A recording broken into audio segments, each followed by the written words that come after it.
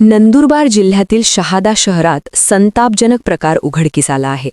शहादा शहरातील डोंगरगाव रोड परिसरामध्ये नागरिकांच्या सोयीसाठी असलेला ब्रिटिशकालीन पादचारी मार्ग काही धनाढ्य व्यावसायिक आणि प्लॉट धारकांकडून जाणीवपूर्वक उद्ध्वस्त केला जात असल्याचा आरोप स्थानिक नागरिकांकडून केला जात आहे. मिळालेल्या माहितीनुसार या पादचारी मार्गावर काही प्लॉट धारकांकडून मोठ्या प्रमाणात मुरुम टाकून तो मुद्दाम खराब केला जात आहे. त्यामुळे या मार्गावरून चालणाऱ्या पादचाऱ्यांना मोठ्या अडचणींचा सामना करावा लागत आहे. विशेषतः महिला, ज्येष्ठ नागरिक आणि लहान मुलांसाठी या मार्गावरून चालणे धोकादायक ठरत आहे.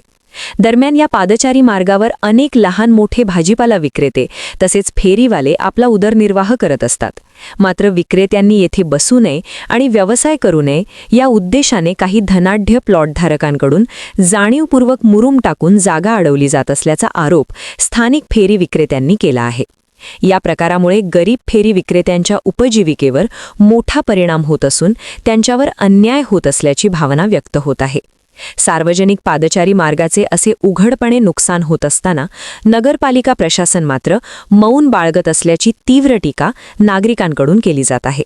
त्यामुळे संबंधित नगरपालिका प्रशासनाने या प्रकरणाची तातडीने दखल घेऊन पादचारी मार्ग मोकळा करावा आणि दोषींवर कठोर कारवाई करावी अशी मागणी आता नागरिकांकडून जोर धरत आहे. ई-मराठी न्यूजसाठी शहादा प्रतिनिधी. सामान्य जनतेचा आवाज थेट तुमच्यापर्यंत. ई-मराठी न्यूजच्या ताज्या बातम्या आणि नवनवीन अपडेट्स मिळवण्यासाठी आपल्या YouTube चॅनलला सबस्क्राईब करा लगेच.